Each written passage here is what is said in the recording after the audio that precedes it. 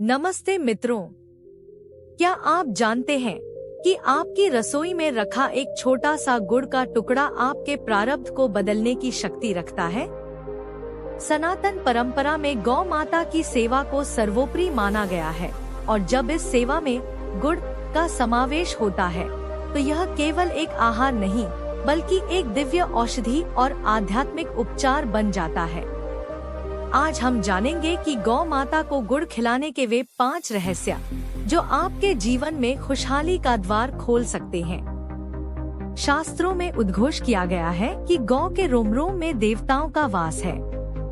स्कंद पुराण के अनुसार गवा दृष्ट्वा नमस्कृत्य कुर्याच्चैव प्रदक्षिणाम प्रदक्षिणी कृता तेन सप्तद्वीपा वसुंधरा, अर्थात गौ माता के दर्शन करके उन्हें प्रणाम और प्रदक्षिणा करने से 7 द्वीपों सहित पृथ्वी की परिक्रमा का फल प्राप्त होता है। जब हम गौ माता को मिष्टान्न स्वरूप गुड़ अर्पित करते हैं तो वह सीधे उन 33 कोटि दैवीय शक्तियों तक पहुंचता है जो उनके भीतर विद्यमान है। ज्योतिष शास्त्र की दृष्टि से देखें तो गुड़ सूर्य का कारक है। यदि आपकी कुंडली में सूर्य निर्बल है तो रविवार के दिन गौ सेवा करने से आपके आत्मविश्वास और सामाजिक पद प्रतिष्ठा में वृद्धि होती है। वहीं गुड़ का संबंध मंगल ग्रह से भी है। मंगलवार को गौ माता को गुड़ खिलाने से व्यक्ति को ऋण कर्ज से मुक्ति मिलती है और भूमिभवन के योग प्रबल होते हैं। यह केवल एक क्रिया नहीं बल्कि नवग्रहों को अनुकूल करने का एक सरल अनुष्ठान है। केवल धर्म ही नहीं अपितु यह कर्म हमारे मानस को भी प्रभावित करता है। गौ माता अत्यंत शांत और करुणामयी होती हैं। जब आप उन्हें प्रेम पूर्वक गुड़ खिलाते हैं तो आपके भीतर सात्विक गुणों का संचार होता है। इससे मानसिक तनाव का शमन होता है और चित्त को अपूर्व शांति प्राप्त होती है। यह सेवा आपके भीतर करुणा और धैर्य जैसे दैवीय गुणों को जागृत करती है। अतः अपने सामर्थ्य अनुसार प्रतिदिन अथवा प्रत्येक विशेष तिथि पर गौ माता को गुड़ अवश्य खिलाएं। विशेष परामर्श: यदि आप गुड़ के साथ थोड़ी भीगी हुई चने की दाल मिलाकर खिलाते हैं तो यह गुरु ग्रह की कृपा भी सुनिश्चित करता है।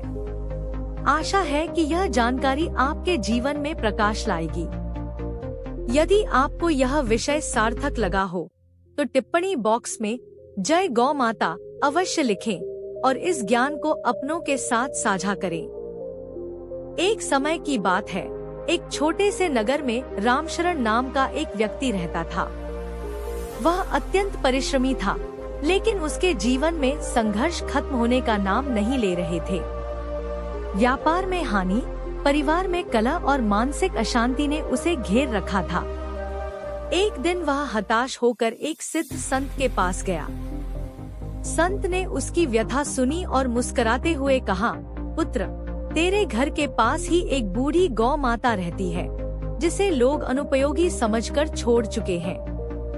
कल से नियम बना ले, घर की पहली रोटी और उस पर एक डला गुड़ रखकर उसे खिलाना शुरू कर। रामशरण को यह बहुत साधारण सा उपाय लगा, लेकिन उसने श्रद्धा के साथ इसे शुरू किया।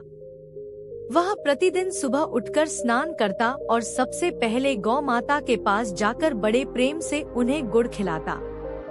धीरे धीरे एक चमत्कार होने लगा।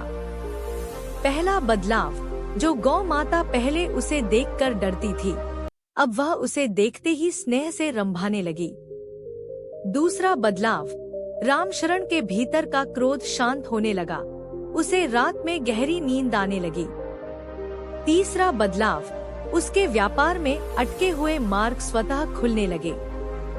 एक दिन जब रामशरण भारी वर्षा में फंस गया और एक वृक्ष के नीचे खड़ा था, तभी वही गौ माता दौड़ती हुई आई और उसका वस्त्र खींचकर उसे वहां से हटने का संकेत देने लगी। जैसे ही रामशरण हटा, वह विशाल वृक्ष बिजली गिरने से धराशायी हो गया। रामशरण की आंखों में आंसू थे। उसे समझ आ गया कि जो गुड़ वह गौ माता को खिला रहा था वह केवल भोजन नहीं था, बल्कि वह अपनी सुरक्षा और सौभाग्य की आहुति दे रहा था।